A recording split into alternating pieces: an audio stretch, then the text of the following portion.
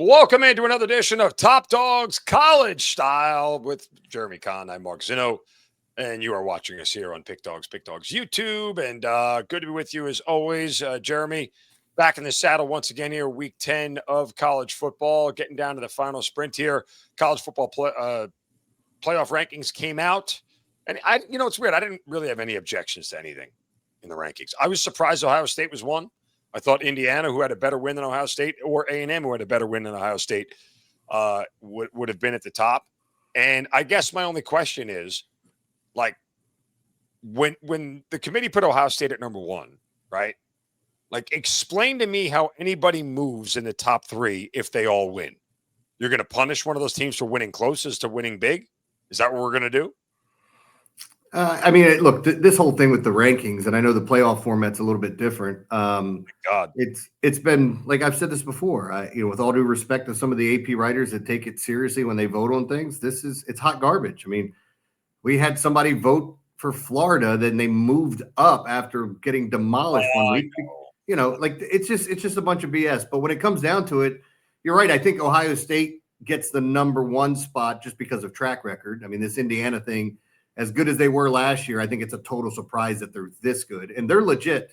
I mean, they are really legit on both sides of the ball. I mean, they held and look, I know it's the Terps, but they came in and just spanked them. I mean, took them out behind the old shed and turned their back porch red. It was just unbelievable. The Terps had like 9 rushing yards until the final drive of the game, and they gave up 400. Here's what I hope the committee puts: Georgia at 5 and Indiana at 1. So they can so Georgia and Indiana play in the second round, and Indiana's going to whoop their ass. They would. Indiana's going to beat that. Indiana's a 7.5, 8-point favorite in that game, which is crazy to make Georgia that big of an underdog. But I asked a couple of odds makers what that line would be, and that's what they told me. I'm like, wow. Yeah, I'd be all over Indiana in that spot. Yeah, and the public would be all over Georgia as a huge dog like that. So thank you. Anyway, you like the Halloween costume? Oh, I got to say this before. Like, it was, a chef's kiss, Mark. Like, I have no problem giving out compliments when somebody nailed it. I thought the girl that was playing Marissa Tomei just looked amazing, man. The guy was okay. No, by the way, you guys did look great. And I'm sure the accents were going along with it the whole night as well as you're re-quoting lines. But yeah, it was awesome. If you guys didn't know, Mark and his girlfriend, right? Yes. I don't want to put not a She's not one of those Transformers. I'm not a Bobo. No, but they went as My Cousin Vinny, and it was just so good. If you have to remember the movie cover, but like I'll put it in the screen for everybody. Like that was it right there. Yeah. So the shoes were great. The shoes that she found were awesome. How long, real quick, so you have to search for all the parts. Did you have some of the clothing already and then just find the other parts? I had the leather jacket. That was it. She took care of everything else. Like, I don't really do Halloween, but like when I do it, I want to do it right. So like she found everything. The belt, the shoes, I got a black t-shirt from Amazon, black jeans from Amazon. That was it. But like, the leather jacket was mine. That was mine. That was all me. Anyway, good. So it was great. So, we had a lot of fun, and we went to the cocktail party down in Jacksonville. Really cool college experience. Like if you're into college football, like that's like kind of like a bucket list college football event. Mm-hmm. Just go take it. I know it's moving away from Jacksonville for the next couple of years because they're renovating that dump that is Everbank Stadium, wherever the Jaguars play. But it's an awesome event to go to. It's pretty cool to watch. Like half the stadium is red, half the stadium is. It's so crazy because when we were on the Florida side because my girlfriend is a Florida alum. Like you can hear how loud the other side is on defense, right? That whole side of the stadium is cheering, and then it's flip flop. Everybody on your side is screaming on defense, and the other side is quiet. So it's pretty cool to see. And I still think that was a catch in the end of that game, but that's neither here nor there. Refereeing has been just NFL and college, and even if you want to go back to Major League Baseball and what they did to the Blue Jays. By the way, did you see what's his face, Gunnar Stockton take that knee at the end? If you had Florida in the under, you cashed. You had Georgia in the over. When he took that knee, you lost them both. Or would have won them both had he kept walking in the end zone. I ended up taking Florida plus the points. There you go. Attaboy. I had Florida first half plus 3.5, so I didn't care. So, but yeah, what I've realized is this about officiating. We have got to get to a better standard than If the call was A on the field, it stands. But if the call was B on the field, it would also stand. We've got to get to a better standard than it. Like, what are we even doing a review for then? What is the point of doing a review if the call on the field would stand either way? There's got to be some level of clarity otherwise. Make a damn decision, and this is the call. It's the cop out when somebody starts a fight, and then you give both guys a personal foul. So we just wash our hands and play on. No, I mean, if somebody started it, then go get that person. There is 800 cameras and high def and everything. We've got to get to a better standard than if A was the call, it stands, or if B was the call in the exact same play, it would stand. All right. Anyway, let's move on here as we get our plays in. We got, what do you call it? Oops, started on the wrong side. We got 5 plays for you guys and a show best bet. Of course, we start right here in the Big 12, Texas Tech over BYU. This number has opened at 9.5. That was gone. That was gone quick. And we're up to 10.5 now. Don't be surprised to see this thing hit 11. I'll come right off the top and say it, Jeremy. Premium play for me. Texas Tech. I got -10. Don't care. This BYU Fugazi stuff, it's time for it to end. It really is. They're going to get smacked here. You and I were talking pre-show about this. We're both on Texas Tech.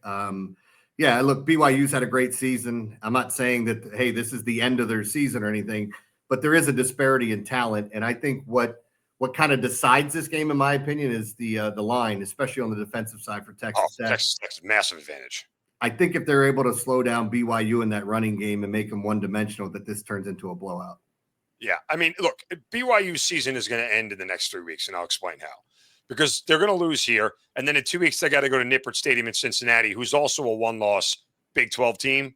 And if Cincinnati beats them there, they're out of the Big 12 championship game. They're out of the college football playoff. I mean, that's really how quickly it happens.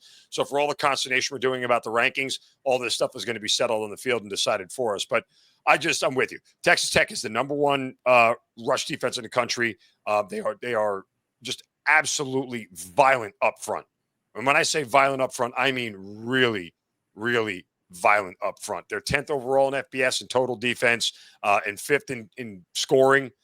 I mean, their offense too, top 5 in college. So this is a complete mismatch. Love Kalani Sitake, but Texas Tech is going to spank them here, and they're going to win this thing. Yeah, I think people just get sticker shock with this because, like, when it came out, I'm like, oh yeah, this is.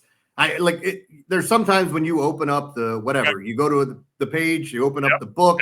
I know what you're going to do. Yeah. And you're like, that's the one. I know I'm going to be on that one. I don't even need any other research. I know I'm going to be on that one. I always say the number is what it is for a reason, and odds makers know more than you do. Yep. And that's why this number is that big, because they're telling you exactly what this is. There's that much of a gap. See, this is why you got to ignore the little number that sits next to the team logo and ignore the win and loss and go, this is what happens on the field between these two teams. And what happens on the field is Texas Tech kicks their ass. That's what happens on Saturday. Yep. So we agree there. All right, next up, Georgia, Mississippi State here. This number is starting to balloon in favor of the Dogs here. I think it opened up at 7.5, if I recall correctly, Jeremy. Early 11 a.m. local start in Starkville and Stark Vegas. Got to have that cowbell, Jeremy. Got to have that cowbell. I got a feeling, and the only prescription is more cowbell. And well, look, here's the thing. Georgia hasn't really separated from anybody in the SEC other than Kentucky. Like, I would tell you this much. If Kirby Smart wasn't their coach, I think they'd probably have 2 or 3 losses already, easily. He's the one that keeps them all together.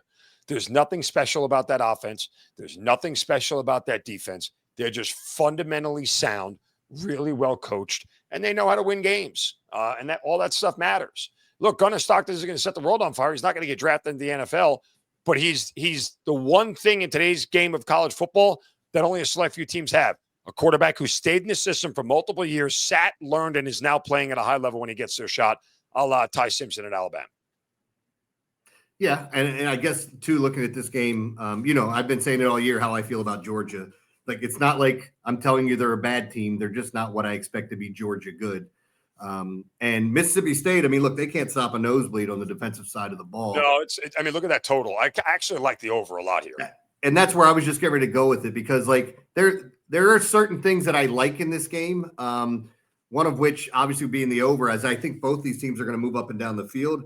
I was just looking at my prop bets that I had because Chauncey Bowens. I like him to go over 43.5 rush yards. Chauncey. So for Georgia. Okay. No, I mean, I'm with you.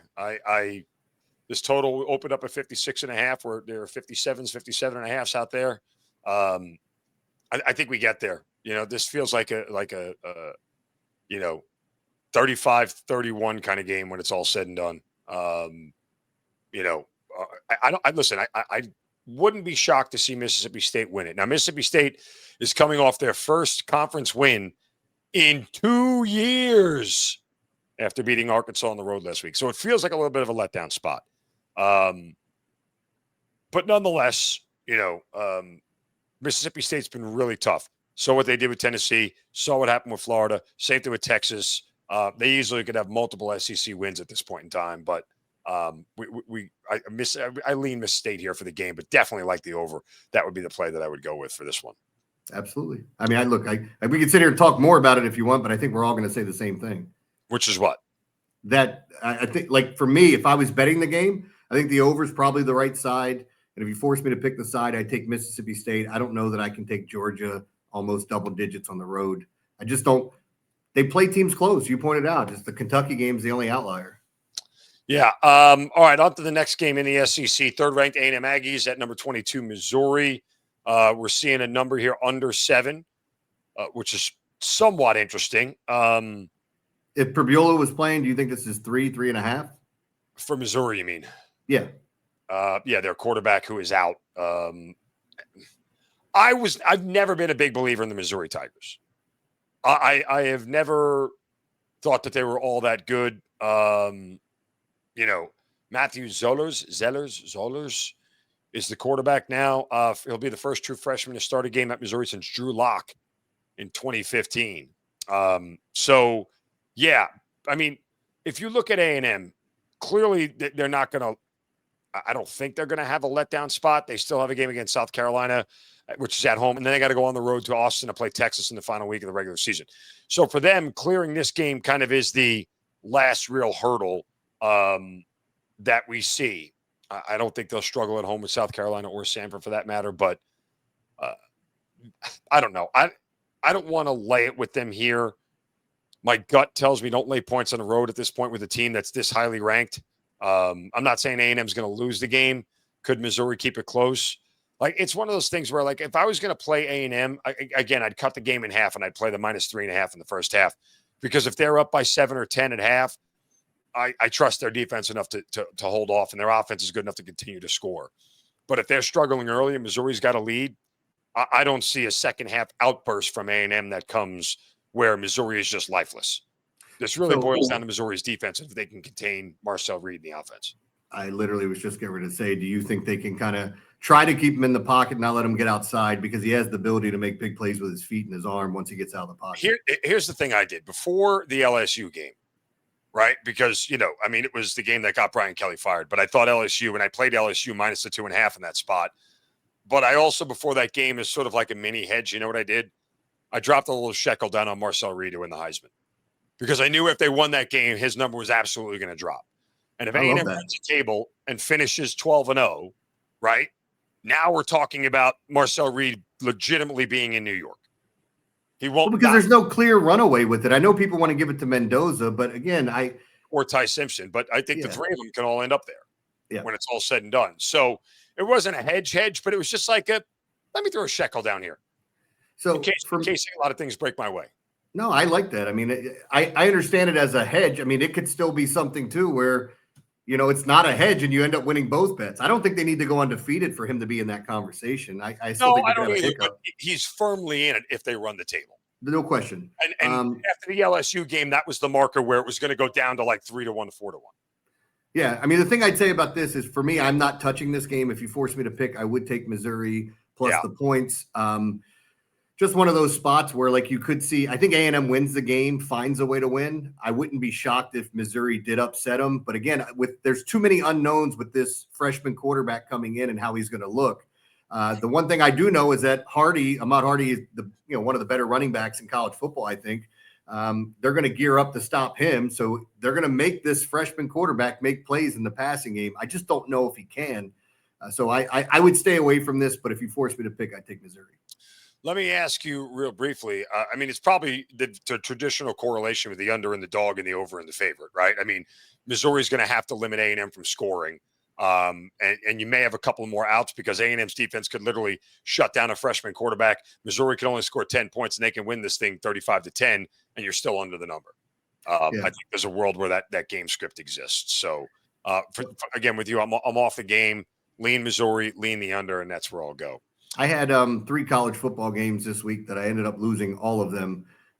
2 of them in the last 2 minutes of the game as outright underdogs, possibly winning the game outright and then not even covering the spread after touchdowns were given up. And then I had the Toledo under at 42.5, where Toledo scored 42.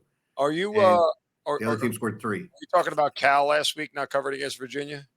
No, I didn't get into that one because I didn't play that game. Did you saw what happened, right? Oh yeah, I saw what happened. Just brutal. Like that's I would say 40% of my losses to 50% of my losses this year are on that crap in college football. That crap.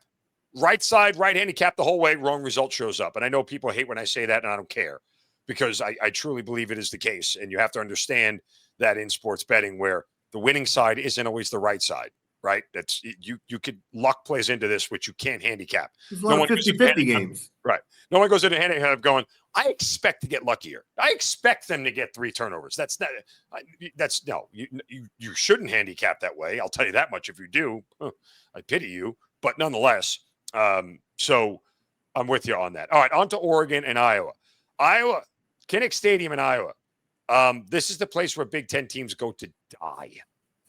Let's just say this much, right? 3:00 starts. You don't have to worry about the body clock thing as much, but weather is supposed to be in the low 40s, windy, rain, very unpleasant conditions in the Hawkeye State here. So, Iowa. I mean, Oregon, I think, is really good, and I think they're really well coached, and I think they held it. But look at that total, Jeremy. They're telling you ain't nobody moving the ball in this game because of the conditions. And I think Oregon's in trouble, to be honest with you. Well, somebody had pointed this out to me. Like, who have they beat? Like, they beat Penn State and Penn State, but what does that look like now? I mean, it's still a quality win in my opinion. I'm not arguing that, but I just thought it was a fair assessment of going, right. Tell me their signature win after you see that Penn State's not that great. And I feel like it kind of applies. I would be looking at the under here, and I'd be looking at Iowa plus the points. As much as I know, like, Iowa can be a vomit team to click on, but I think it's the right side. Their offense is as good as it's been in years. That doesn't mean it'll move against a very good Oregon defense, but their offense is as competent as it's been in years with Gronowski at quarterback, not Gronkowski, not that guy, Gronowski. So the real question is, who holds on to the ball more? This is the variance of a game like this. Who holds on to the ball more? Who takes advantage? Can convert on third down, and with points being at a premium, coaching is one of the coaches make an idiot decision to go for it on 4th down instead of just taking the field goal, right? I don't know which coach wants to coach to cover more, because I'll say it a billion times over. If NFL and college coaches coach to cover the spread, the analytics portion always takes care of itself. Yes. Always. If you just coach to cover. And if you're Iowa in this game, coaching to cover means to take every freaking point that is available to you. Do not pass one up. Yeah, I think, taking taking the points and correlating with the under with the situation, I still think there's something there. Could Oregon come in and win a 27-10 game or something? I think any of that's possible. I just don't think it's likely from what I've seen. I just think this is a slower moving game where it makes a ton of sense to look under with the points. I think if you like Iowa enough, throw a shekel down on the money line. Split it, do a half unit, 6.5, and a half unit on plus 190. At worst case scenario, you hope you break even, right? Yeah. But if you hit them both, you're in great shape. So nonetheless, we both like Iowa there. All right, on to the final game here between LSU and Alabama. LSU doesn't have a head coach. They had an AD for a hot second, but then they got rid of the AD, but I think they're bringing him back. Nonetheless, Alabama looks in prime territory. Both these teams coming off a bye. You see the number there. Total a little bit lower than what I would have expected, to be perfectly honest with you. But I think odds makers respect LSU's defense. Jeremy, I'm not touching this. Alabama's the far better team. But this is also a spot here for the Crimson Tide where, we see this every year.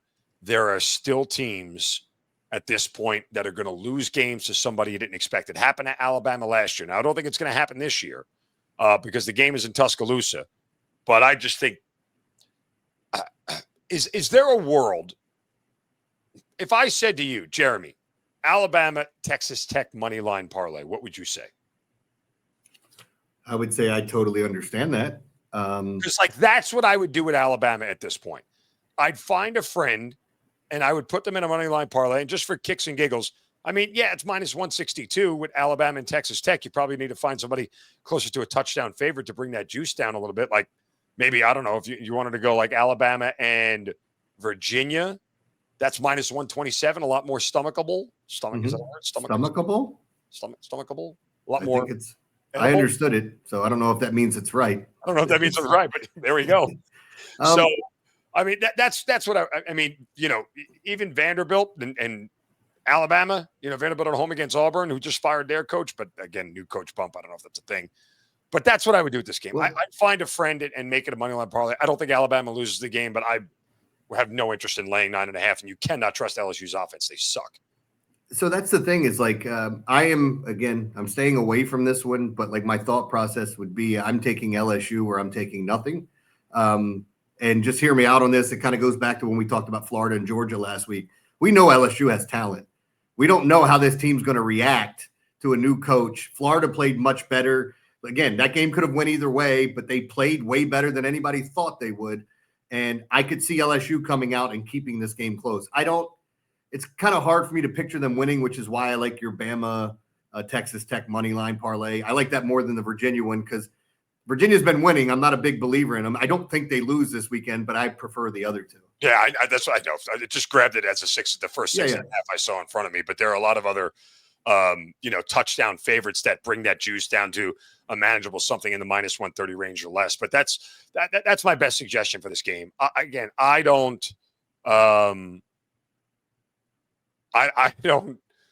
see a world where Alabama loses it, but I don't trust them to lay 9.5. It's not my comfort zone at all. None. Yeah. So, all right. I do like Ryan Williams over yards, if that does anything for anyone. Yeah, just keep throwing the ball to Ryan Williams and Jeremy Bernard, and you'll be fine. I would also take Ty Simpson's rushing yards. I know you lose yards on sacks, but he's very prone to take off, especially against this LSU defense. Yeah. I hit 2 big home runs last week with the under rushing for Pavia and the under rushing for I was on Texas last week, and when he missed that field goal, when Texas missed that field goal up 34-16, I'm in the stadium, watching the game, getting ready for the cocktail party to start. And I literally slammed the table in front of me. And my girlfriend and a bunch of people are like, what's the matter? I'm like, I guarantee you that field goal is going to come into play. I absolutely guarantee you it is. And they're like, what are you talking about? The game is over. I'm like, oh, you're these people. You're these people. The game is over. Yes, I'm sorry. I'm sorry. The 7 minutes and 36 seconds left mean nothing. We're just calling the game over. I hate you people. Yeah, my program director at the radio station sends me texts now like, hey, great call in that game. And I send a text back, it's the first quarter. Please don't ever do this again. Yes, but I would be like, never text me again.